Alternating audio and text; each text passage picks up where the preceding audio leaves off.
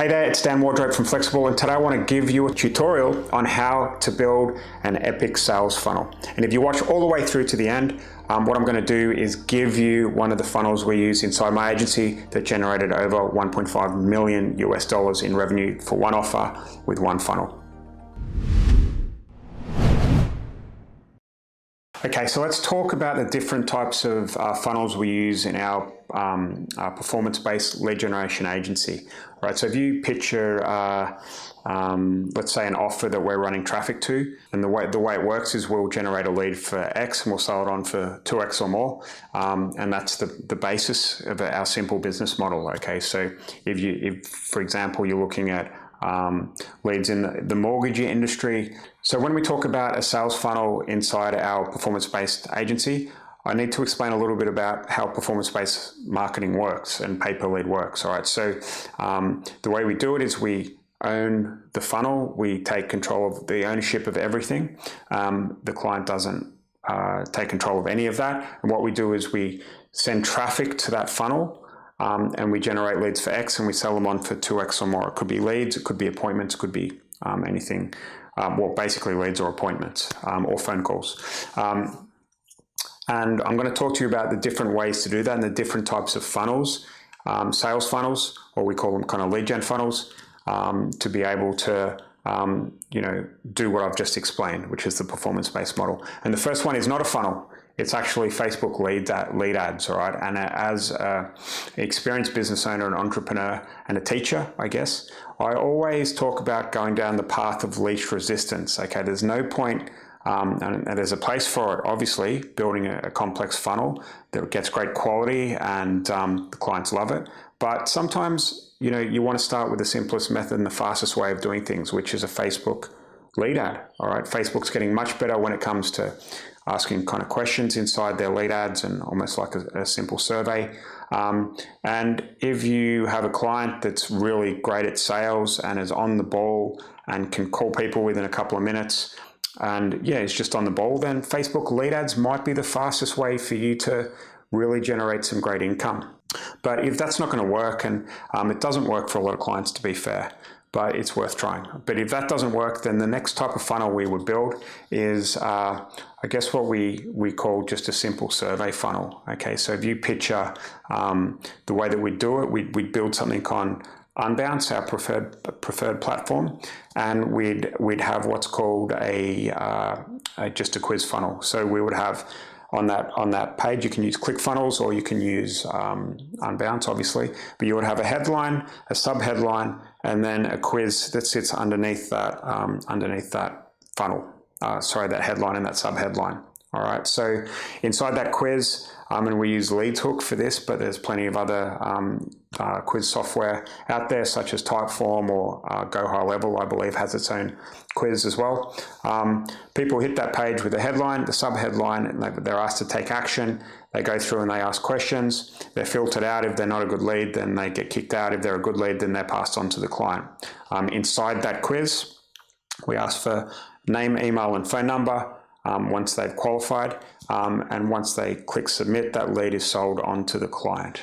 Okay, and it's a simple quiz funnel, doesn't take long to build. There's plenty of examples out there, and you're going to see an example of that when you get to the bottom if you watch to the end. Okay, so they're the first two types of lead gen ways to build sales funnels. The third one is what we call a results funnel. So I think I need to give you an example of an industry this would work in. Okay, so let's say debt consolidation. That's a big lead generation industry.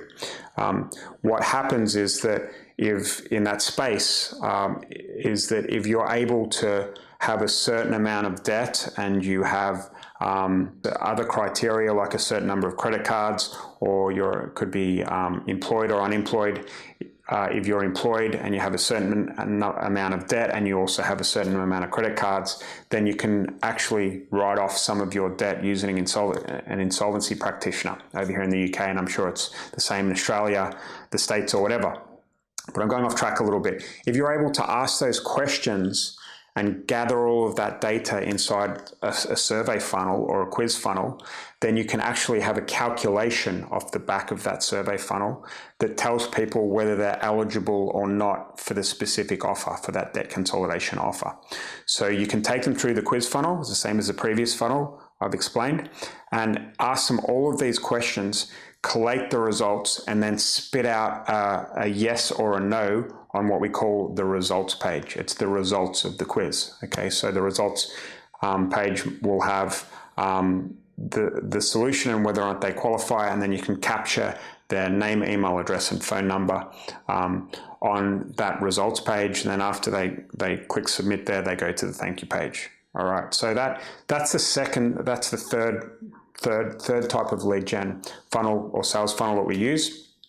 The fourth one is what we call, well, it's very similar to that actually, but it's a results funnel, but we ask for the person's email address before they get the results. So if you picture it, you've got the Facebook ad or the YouTube ad or whatever that is. They click on that ad, they go to the quiz page, and once they complete the quiz, they have to put in their email address to get the results. The results say yes or no. At the same time, they emailed their results, which means that you're building your database at the same time. They go to the results page, they put their phone number in, they click submit, and then they go to the thank you page. So it's actually pretty similar to the initial results page funnel, except we gather their email address before they get their results, which means we're able to build the database, we're able to email market, and we're able to grow a list basically in that offer. All right, so the fifth type of funnel is what we call the appointment setting funnel. So the way, and we've got a webinar on this actually, we'll link below to that somewhere within the description. Extremely powerful, okay, because what we've figured out how to do is to be able to sell leads to the people that want to buy leads, and we've figured out how to sell appointments to the clients that want to buy appointments, called an appointment setting funnel. So the way it would look is it's basically the same as any of those other funnels I've just explained, except on the last page before the thank you page, we ask people to book an appointment if they kind of want to skip the queue or they want to have a call back at a certain time. Okay, and what happens is people go through the funnel. We use a combination of leads hook, Go High Level, and another bit of lead generation software called LeadBite, which allows distribution of leads to be sold to different clients, appointments to be sold to some, leads to others, depending on where in the country they are. It's really an amazing tool that we've built. But the beauty of that is that a lot of the times clients sometimes cannot take leads. They need to have appointments booked into their calendar because they're busy, especially the smaller clients.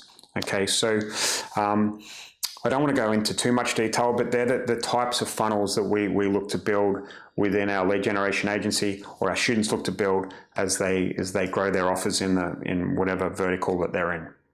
All right, so then the next key point you need to consider when building a sales funnel or a lead gen funnel is to be able to reverse engineer competitors to begin with. All right, so some of you might be entering a new vertical or promoting a new offer.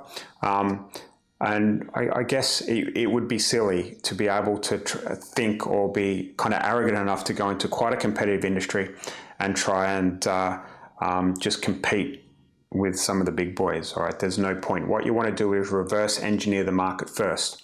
The way we do that is by using a combination of different tools and common sense. First one being Facebook ads library. If you know who's advertising in this space, and you can find their fan page, you can then see what ads are live. You can click on the ads and go through their funnel and see what's working, what criteria people are asking for, the way the funnel looks, how many steps there are in the funnel, if it's an appointment setting funnel. All that type of stuff can be done relatively easy through the Facebook ads library. Then you've got third-party tools like Big Spy, where you can reverse engineer YouTube ads and Facebook ads. And then simple Google, going into Google and typing in, if you're looking to run in the car finance space, car finance, cheap car finance, have a look at what's working, what they've got running, any kind of hooks or offers that seem to be resonating with the audience, and learn from what other people are doing. Okay, another really good tip is to go into a similar type offer. So if you're looking to get into car finance, you might want to go and have a look at the personal finance type industry and see what's working there, because they're similar, right? And you might be able to grab some really great ideas. So reverse engineering is key, and it's worth looking at before you dive into a new offer. And it even works, and we do this from time to time as well. When you're in an offer and you've been running that offer for a long time, it's always good to brush up on your skills, see what your competitors are doing, take ideas and kind of mesh them into what you're already doing. So the third and most important point when building a sales funnel or lead gen funnel is to focus on the offer. Okay. If you think about it this way, if you created an ad and said, I'm going to give away $10,000 to the first 5 people that fill out the form on this page, it doesn't matter what the hell your kind of funnel is going to look like. Whether it's an appointment setting funnel, whether it's a Facebook lead ad, it doesn't matter. Okay, because the offer is so strong. Okay, so a lot of the time, as I was saying before, people get kind of, us as kind of agency owners and lead gens tend to, because of our egos, we think we're really good at what we do, right? We tend to over make things more complex than what they should be. All right. So my advice always is to work on the offer before you work on anything else. All right. That £10,000 or $10,000 example is something you should always have in the back of your mind. All right. So if you are running an ad for I always use car finance, but if we look at something for car finance, then a great offer would be that if you buy your car through your business, then you're able to get that Tesla for essentially half price. Because if you're a high rate taxpayer, like a lot of people out there that are buying Teslas are, then they don't know that it's way better to buy inside your business than outside of your business, because of the tax savings. You can buy it before profit and loss, and it's an expense to the business, all that type of stuff. And that to me is just like a super, super strong offer that kind of sells itself. So whenever you're going into a new industry or vertical like this, you need to be able to understand with your client what that particular offer is and talk to them, work on that relationship, and find out how to dig deeper and dig deeper and dig deeper until you can position their service or what they're offering in a way that essentially is an offer that converts. All right? And then it doesn't matter what your creative is, it doesn't even matter what your funnel is, the offer will convert itself. And it's the most important point that a lot of us agency owners and lead gens don't focus on enough. Okay, we try and do things the hard way rather than the easy way. Okay, so the fourth important factor you need to take into consideration when building your lead gen funnels, your sales funnels, is call to actions. Okay, inside my agency and a lot of the people I teach use what we call survey funnels or quiz funnels. Okay, and we've discussed them previously. And the most, I guess, before you need to get to that call to action of them kind of taking action and becoming a lead, you want to get them started in that survey or that quiz. Okay, and the most important thing you need to worry about here is having a very simple kind of binary first question. Okay, which doesn't take much thought. Questions like, if they're relevant, are you a business owner or are you a self-employed? Sorry. Are you employed or are you a business owner? Or are you employed or are you self-employed? That type of thing is really simple and gets them going with a micro commitment that gets them to the next question, the next question, the next question. Okay. So that's the first thing you want to, is kind of what you want to go for. And in order to get them to be able to start that with the call to action, you want to have, if possible, some arrows coming from kind of the headline or the sub-headline that kind of points down to where they need to take that first step, which is that binary question. Okay, that's really important. That works well. And if you are using images or people in your ads, you may have heard this one before, but you want to have them kind of positioned looking at where the call to action is. All right, that makes a big difference because the user's eyes are drawn to that first question, which is that binary question that gets them going. Okay, so if you're also building a longer form landing page, then you want to have different kind of call to actions at different points on that landing page. So let's say, and you get this a lot, people see the headline, the subheadline, they go to the quiz, they're not ready to take it yet, and then they scroll further down. And you can see this happening if you're using the likes of Hotjar or whatever, right? You want to have other kind of call to actions there, which either pop the quiz up or scroll them back up to the original place where they take that quiz. All right, but the main thing is you don't want to lose them after they get past the fold, the above the fold type place on the landing page. Okay, and if you combine all of those things, then you've got a pretty good chance of getting people started on the quiz, which is the most important thing. Okay, so the fifth and final point for a really great sales funnel or landing page that converts is trust factors. Okay, this is so important because, you know, as lead gens and as agencies, we're forever looking at landing pages. We're forever kind of analyzing things, and we analyze these pages in a different way than what the consumer does. All right, so the consumer, for example, could be a 65-year-old grandfather that is not really used to looking at landing pages. Okay, and you know, it could be that they've heard on the news about scams and people taking their personal information and using it to buy something over in Albania or whatever that is, right? You want to make sure that you have trust factors on the website that make sure that you know, even simple things like below the form saying we're never going to use your spam for your email address for spam or sell it to someone else. You want to have secure signs that make sure that you know, the website's encrypted and that you're not going to get hacked. That type of thing. You want to make your user feel safe. Other trust factors might include, you know, testimonials, which really help. You also might want to have, you know, the kind of as seen on. If your website has been seen on or promoted somewhere else, then you want to have those trust factors. You can do news releases and press releases if you want to be able to have that as seen on the various publications. I'm sure you guys have done that type of thing before, but spending time on those trust factors and making sure that people feel safe on your landing page cannot be underestimated. Okay, so there you have it. It's the 5 points that are super important for building a sales or lead gen funnel. And because you've watched all the way to the end, guess what? I'm going to share with you our single lead gen funnel that we use in the financial services industry that generated over $1.5 million in revenue. And in order to do that, I'm not going to be able to kind of paint a picture very well. I'm going to hand you over to my account manager, Graham, who's going to do some screen shares and show you exactly what it looks like. There's also going to be a link to the kind of landing page funnel that you guys can kind of have a look at and use for yourself. All right, so with that, I'll pass over to Graham.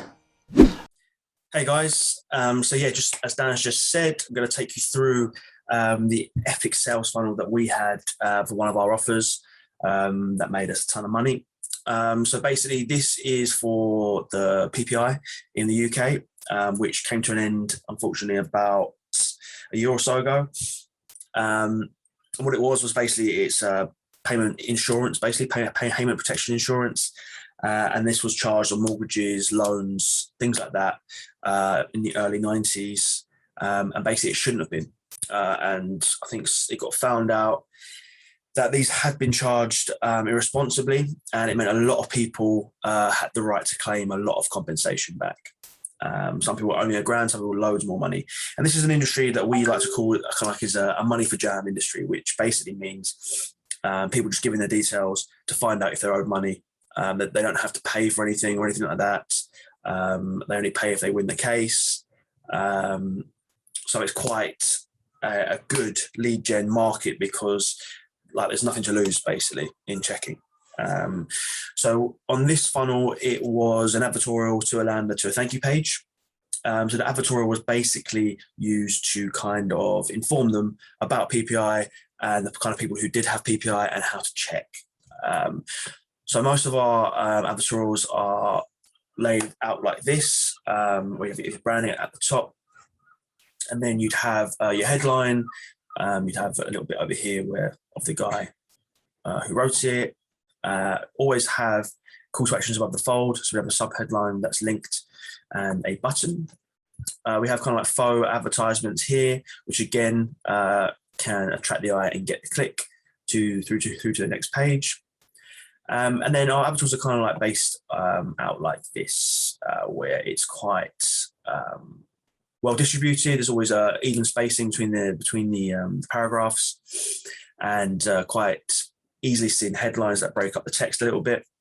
And we always have links in the text as well, which we think are very, very important, because when you see blog content, there's always links in there, backlinks, etc., for SEO purposes.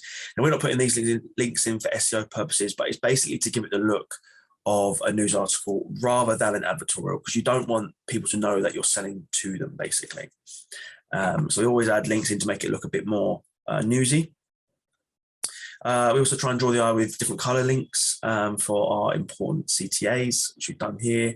And we also use buttons as well, but we try and change it up a little bit sometimes. So that's the kind of the informative part about what it is about. Then you always kind of want stories or testimonials or, other people's experiences. And also in this one, we definitely tapped into people experiencing getting a lot of money back. Because when people see other people are getting money, it kind of makes them more motivated to go after that money as well. Because it's just a simple PPI check as well, where they check if you have been charged PPI. If you have, you get compensation, and you pay after you get that compensation. So it's kind of one of the no-brainer kind of offers. And at the end, it's basically the call to action, where it's how do I find out if I've been missold PPI?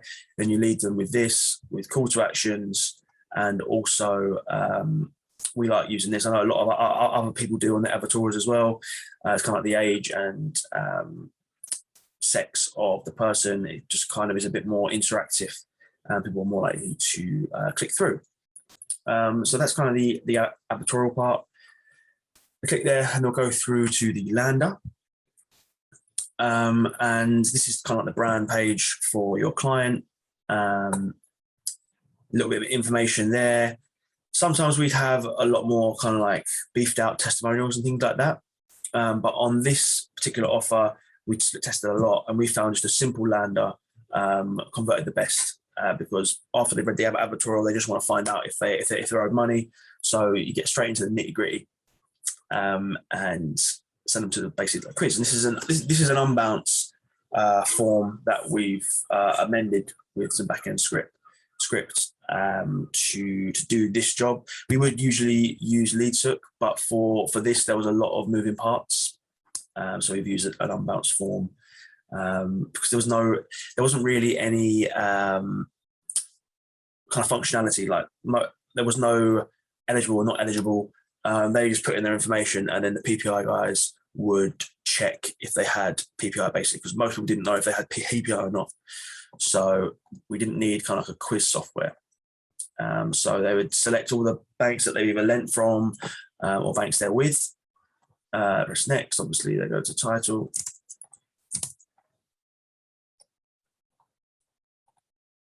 Date of birth, and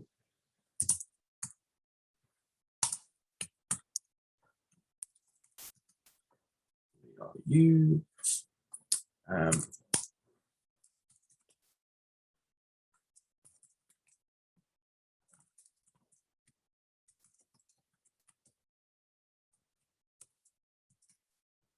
Press next.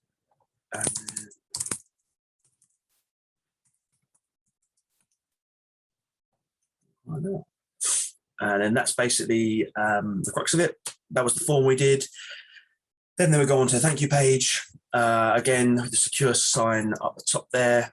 And then basically just telling them how the process worked and what they can expect. Sometimes we'll have a video there. Sometimes we'll have the company working hours and when they're contactable.